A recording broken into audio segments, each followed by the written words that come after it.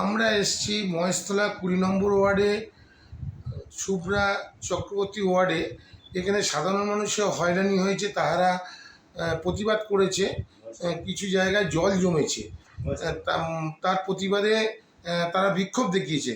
আমরা তার হাজব্যান্ডের কাছে জেনে নেব, তাপসদার কাছ থেকে, কী সমস্যাটা কী।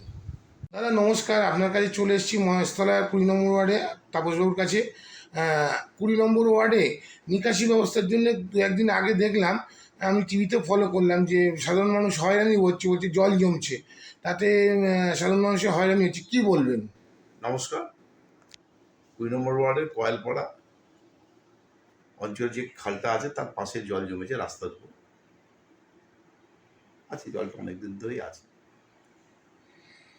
এই জলটা রেনাল যখন ঝড় হয়েছিল মে মাসের 27 তারিখ, খুব সম্ভবত 26 না 27 তারিখ রেনাল ঝড় হয়েছিল, তখন খারাপ অবস্থা হয়েছিল। সেই সময় পরিষ্কারও করে দেওয়া হয়, লেবার ডেকে পরিষ্কার করে দেয়। আবার খালগুলো যেরকম হয়, আবার পানা জমে যায়, লোকেও ময়লা ফেলে। এবার জলটা ওখান থেকে গিয়ে পড়ে কয়েলপাড়ার যে খাল আছে সেই খালটায় গিয়ে পড়ে গড়ে গোবদাতে। এবার গড়ে গোবদা পুরো খালটা ব্লক হয়ে রয়েছে। এবার মহেশতলা পুরসভার একটা মিশন নিয়েছে যে খালগুলো পরিষ্কার করবে, মানে দীর্ঘদিনের খালগুলোর সমস্যা হচ্ছে। টেন্ডার ডাকা হয়। খালগুলোর সমস্যা হচ্ছে, খালগুলো মানুষ এখন খালগুলোকে ভেবে নিয়েছে, সাধারণ কিছু মানুষ, সবাইকে তো নোংরা ফেলে প্রচুর। কিছু মানুষ খালগুলোকে ভেবেছে হয়তো ওটা হচ্ছে ডাস্টবিন আছে, তার বাড়ির ডাস্টবিন ফেলবো। আর খালগুলো হচ্ছে সরকারি জমি, সেটা ভাবে আমি এখানে দোকান করবো, বাড়ি করবো, বাড়ির পিছনটা আরো 4 ফুট করে বাড়ি দেবো, এরকম হয়েছে। 40 ফুট খাল কোথাও 4 ফুট হয়ে এসেছে, কোথাও 6 ফুট আছে, আবার কোথাও 20 ফুট আছে। মানে খালের আসল যে চরিত্র, সেই চরিত্র কিন্তু বলতে গেছে। নাম্বার 1। নাম্বার 2, এই খালগুলো অনেকে জানে না। ব্যাপারটা হয়েছে, আমি আমাকে এমএলএ সাহেব পাঠিয়েছিলেন, আমাদের যদি ইরিগেশন ডিপার্টমেন্টের যিনি হেড অফিসার, যে সচিব ছিলেন, মাননীয় গৌতম চক্রবর্তী নাম ছিল ওনার, যে অফিসার আমাকে বুঝিয়েছিলেন খালগুলোর চরিত্র হচ্ছে অনেক বছর আগে। তো গঙ্গা থেকে খালগুলোর ডাউনওয়ার্স হচ্ছে আমাদের মহেশতলার দিকে, অর্থাৎ গঙ্গার জলটা তখন সেই সময়, তখন 100-150 বছর আগে, সেই সময় তো জল চাষ করার জন্য যে জল লাগতো, সেই জলটা কোথা থেকে পাবে? তখন তো শ্যালো বা এসব ছিল না, ওই জন্য ডাউনওয়ার্সটা ছিল, মানে গঙ্গার দিক থেকে জলটা ঢুকে যেত আর বেরোতো না। এবং এটা ছিল, গঙ্গার জল জোয়ার ভাটাও আসতো, কিন্তু ভাটায় জলটা খুব যেত, একটা লেভেলে থাকতো চাষাবাদের জন্য। এবার সংস্কার না হতে আরো কি, এত বছর ধরে পলি পড়ে গেছে, পলি পড়ে এগুলো একটু আরো উঁচু হয়ে গেছে।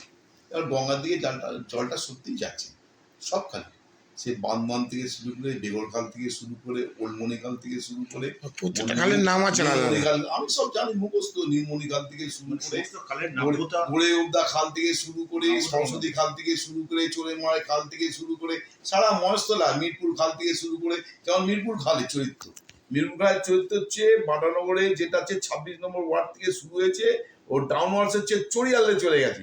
চড়িয়ালের দিকে, অর্থাৎ গঙ্গা থেকে খালের জলটা আসছে, এসে চড়িয়ালে যাবে একদম পুরো 29 নম্বর, 30 নম্বর, 26 নম্বর, 27 নম্বর, 28 নম্বর ক্রস করে একদম ছটা পঞ্চায়েত থেকে আরম্ভ করে সব পঞ্চায়েত দিয়ে চড়িয়াল খালে পড়বে। এইবার ওই জায়গাটা ব্লক হয়ে আছে। যতই আপনি চেষ্টা করুন খাল পরিষ্কার করে, জলগুলো যাচ্ছে না। এবার অনেকটা ড্রেজিং দরকার।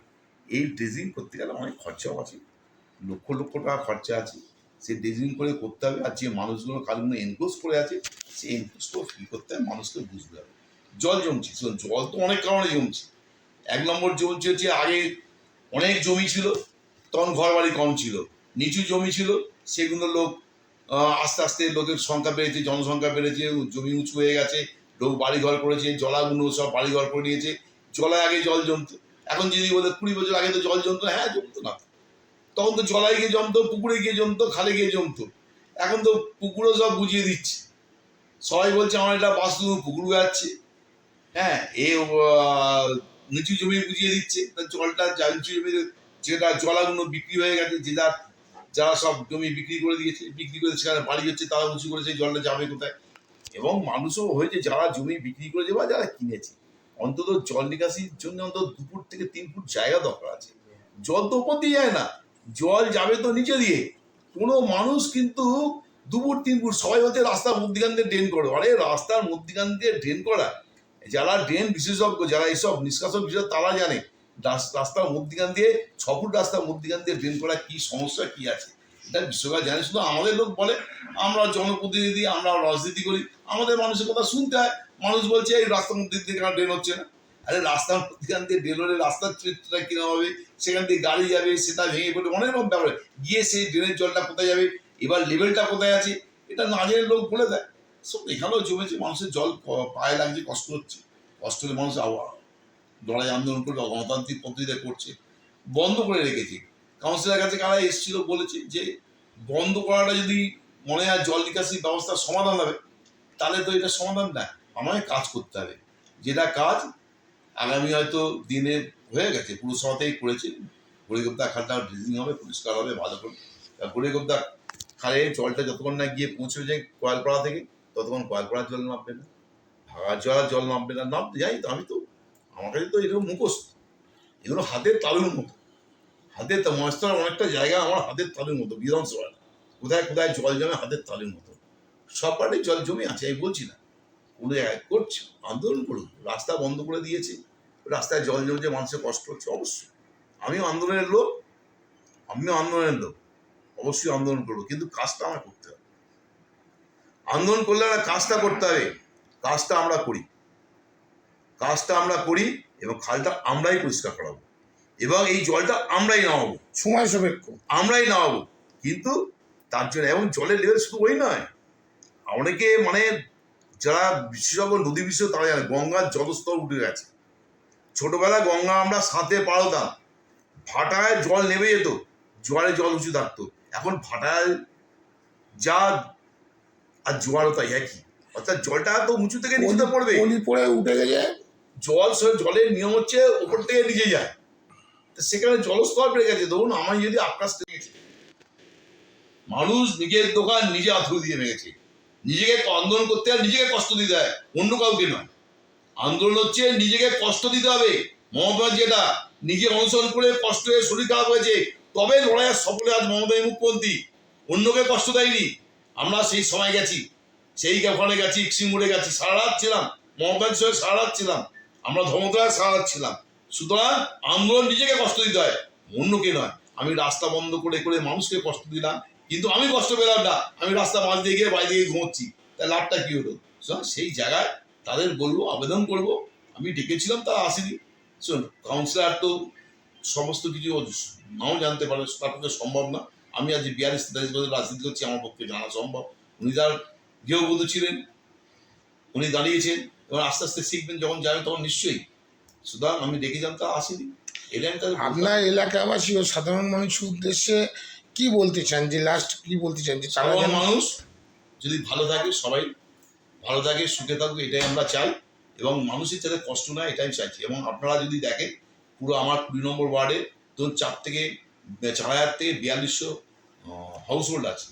তাদের কাছে গিয়ে জিজ্ঞেস করবে যে এই গত 2022 সালের ফেব্রুয়ারির পর থেকে আজকে 2024 সালের আজকে জুলাই মাস, নিকাশি ব্যবস্থা কিভাবে কাজ হয়েছে, কি নিকাশি ব্যবস্থার সমস্যা আছে আমাদের, সারা মহারাষ্ট্র আমাদের সমস্যা আছে। সারা মহারাষ্ট্র বলে সারা কি বলে, এই তো মহারাষ্ট্র জলে ভেসে আছে, শুধু বাংলাকে কি দোষ দেয়, এই তো দিদি দেখি জলে ভেসে আছে, যমুনার জল উঠে গেছে তাজমহল পর্যন্ত। শুধু এইটা, এই আসাম ভাসছে, আজকে আসাম ভাসছে, অরুণাচল ভাসছে, কি করবো? সুতরাং এই জায়গাটা, এটা ভৌগোলিক একটা ব্যাপার হচ্ছে, অবস্থান পরিবর্তন হচ্ছে, আপনার আবহাওয়ার পরিবর্তন হচ্ছে, ক্লাইমেট চেঞ্জ হচ্ছে, নট উইথ দ্য ক্লাইমেট। যখন ক্লাইমেট চেঞ্জে অনেক কিছু সমস্যা হয়, সেগুলো আবার আস্তে আস্তে সমাধান হয়। আমরা চেষ্টা, আমাদের এমএলএ তো এরকম কাজের লোক, তো আমি তো আমার রাজনৈতিক জীবনে খুব কম দেখেছি এরকম কাজের লোক। মমতা ব্যানার্জিকে এক দেখেছি, আর এক দেখছি অভিষেক ব্যানার্জিকে দেখছি, কাজের লোক, সত্যি যে কাজ করে কাজের জন্য। আর আমাদের এমএলএ যিনি দুলাল দাস মহাশয়, সত্যি কাজের লোক, কাজের মানুষকার লোক, যে কাজ করতে চায়। সুতরাং আপনার একটা প্রোগ্রামে এসে দুলালদার সঙ্গে আমার সাক্ষাৎকার হয়েছিল, সত্যি খুবই ভালো মানুষ। তা প্রচুর এই একটা মানে এখানে মহিলাদের একটা প্রোগ্রাম হয়েছিল। তা এই নিকাশি ব্যবস্থাটা এখানে যে আপনি বলছেন, এটা সময় সাপেক্ষ, কতদিন আশা রাখছেন যে কতদিনের মধ্যে এটা হবে? ধরুন সময় লাগবে, 1 মাস তো সময় লাগবেই। শুনুন, একটা খাল পরিষ্কার লোক লাগবে, যারা কাজ করবে, তারা তো মানুষ, তারা নোংরা ভেতরে কাজ করছে। কিছু মানে কি বলবো, পায়খানার চেম্বার লোকের নেই, নলটা পুরো খোলা। পুরো ফালে দিয়েছে। এ বাবা, যে মানুষগুলো কাজ করে বুঝতে পারে তারাও তো মানুষ, আমার পরিবার আপনার পরিবার মানুষ, এগুলো ভাবতে হবে। এখন করে কিছু লোক করেছে, এখন আমাদের বলে, আমাদের সামনে পাবে বলবেই, আমরা রাজনীতি করি, আমরা জনগণ থেকে আমাদের বলবেই লোক, আমাদের যেমন সুনামও করবে আমাদের দুর্নামও করবে। রাজনীতি মমতাজি এত কাজ করছে, মানে আমার দেখা ভারতবর্ষের ইতিহাসে একটা মুখ্যমন্ত্রী এত কাজ করতে পারে আমি আজ পর্যন্ত আমার রাজনীতিক জীবনে আমি দেখিনি। তা সুতরাং তাকেও দেখি বসে থাকি, এখন বসে আছি দেখি সমালোচনায় করছে শুধু, তখন ব্যাপারটা হচ্ছে কিছু লোক আছে করবে, কিছু লোক বিরোধিতা করবে, তবুও তার মধ্যে থেকে আমাদের কাজ করতে হবে। মমতাজির নেতৃত্বে, ঐশী ভাইয়ের নেতৃত্বে এবং আমাদের ধুলাদা তার নেতৃত্বে আমরা আগামী দিন এই নিকাশি ব্যবস্থাটা মহেশতলায় 100% সফল না হলেও অন্তত 60 থেকে 70% আমরা সফল হবে এটা আশা করছি। আজকে 20 জুলাই, কালকে ব্রিগেডে 21শে জুলাই আছে। অভিষেক বন্দ্যোপাধ্যায় তার নিজের চিকিৎসার জন্য বিদেশে গিয়েছিল, গতকাল ফিরেছে, কি বলবেন? এবারে কত সমাবেশ হবে? উনি তো অসুস্থ ছিলেন, হ্যাঁ। মানে ওনার চোখের প্রবলেম যেটা, তার জন্য উনি বিদেশে গিয়েছেন, গতকাল ফিরেছেন। টিভিতেই দেখলাম, আমার পা ভেঙে চলে, বসেও আছি, এবার এখন বেরোতেও পারছি না, তা উনি ফিরেছেন। কালকে কি বার্তা, কি আশা রাখেন, যে কি বার্তা দিতে চলেছে? জল যেটা বলবে, আমাদের নেত্রী যেটা বলবে, কিভাবে আমাদের দলীয় যারা কর্মী, মানে উনি যে লোকসভা বিধানসভা দুটোতেই তো জিতে বসে আছে, কি বলবেন? হ্যাঁ শুনুন, এটা জিতে তো আমরা শুনুন, পড়াশোনা যে করবে সে পাস করবে, যে পড়াশোনা করবে না সে পাস করবে না, লোকের দোষ দিয়ে লাভ নেই। শুনুন, আমরা সারা বছর পড়াশোনাটা করি, ব্রিগেডে প্রত্যেকবারে মানুষের জায়গা দিতে পারে না এবং বৃষ্টিও হয়। মোটামুটি উত্তরবঙ্গ থেকে প্রচুর লোক সমাগম হয়েছে, 2-3 দিন আগে থেকে যারা আসতে শুরু করেছে। এবং এবারে জেতার পরে কিরম সংখ্যক লোক রেকর্ড হতে পারে আপনার অনুমান? আরো অনেক বেশি লোক হবে। এবার আনন্দের ব্যাপার আছে, জেতার আনন্দ তো থাকে, মানুষের আনন্দ হলে আরো বেশি মানুষ উৎসাহ উদ্দীপনার সঙ্গে বেশি মানুষ আরো আসবে। এবং যদিও বর্ষাকাল, হ্যাঁ বৃষ্টি বাদল থাকে, তবুও আমরা এত বছর দিয়ে 93-তে ওই সময় ওদিনও আমি ছিলাম, 93 ওদিন মেয়র রোডে ছিলাম, সেদিনকে পুরো জানি। 94 থেকে শুরু হয়েছে, আজ পর্যন্ত মিস করিনি। এবছর পা ভেঙে আছে, ডাক্তার আমাকে বলছে একদম 1.5 মাস তুমি ঘর থেকে বেরোবে না। হ্যাঁ, তা সুতরাং হ্যাঁ, কাউন্সিলর সব আমাদের ছেলেরা সবাই মিস্টেক করছেন, কালকে যেতে পারবেন না। আমার নিজের মানে ঘরে বসে হয়তো দেখবো, মানে খারাপ, এত বছরের মধ্যে চোখের জল চলে আসছে, যে শহীদদের আমরা তর্পণ করে সেদিনকে যারা আমার চোখের সামনে দিয়ে গিয়েছিল, মানে যাদের হয়েছিল ঘটনাচক্রে, আমি হয়তো সেদিনকে হয়তো ওপরওয়ালার দোয়ায় হয়তো আমিও হয়ে যেতে পারতাম, কিন্তু সেটা হয়নি। যাই হোক, এটা ভগবান বাঁচিয়ে সবাইকে, মানুষ কিছু লোক তো আমাদের চোখের সামনে আমরা তুলে দিয়েছি। যে 1993 সেই ঘটনাটা এখনো চোখের সামনে বাসে মেয়ে রোডে। আমি সত্যি মানে এখনো সেদিনকে মিটিংয়ে বলছিলাম, ছেলেদেরকে পাওয়া অবস্থায় মিটিং ডেকেছিলাম, সবাইকে বলছিলাম যে সেদিনকে ঘটনাটা এখনো মনে পড়ে। অনেক রাত, তখন তো মোবাইল ছিল না, কিছু ছিল না, যে কাকে ফোন করবো, সব ছেলেরা ছিটকে গেছে, সবাই যে যা চলে যাচ্ছে। হ্যাঁ, মানে সে কি যে অবস্থা, সে যে ছিল সে একমাত্র জানে, যারা ছিল সেই সময় তারাই জানে, মানে যে সেদিনকে কি ঘটনা ঘটেছিল। হ্যাঁ, এবং অনেক রাত্রে ফিরেছিলাম। হ্যাঁ, পিজি হসপিটাল হয়ে তারপর রাত্রে ফিরেছিলাম, কে কোথায় আছে জানি না তো, সব ঢুকিয়েছিল, তারপর ফিরেছিলাম রাত্রে। হ্যাঁ, তারপর দেখলাম ছেলেরা সবাই সবাই ফিরেছে, আমাদের ছেলেরা মানে সুস্থ ছিল, মানে সেটাই ভগবানের কাছে প্রার্থনা করেছিলাম।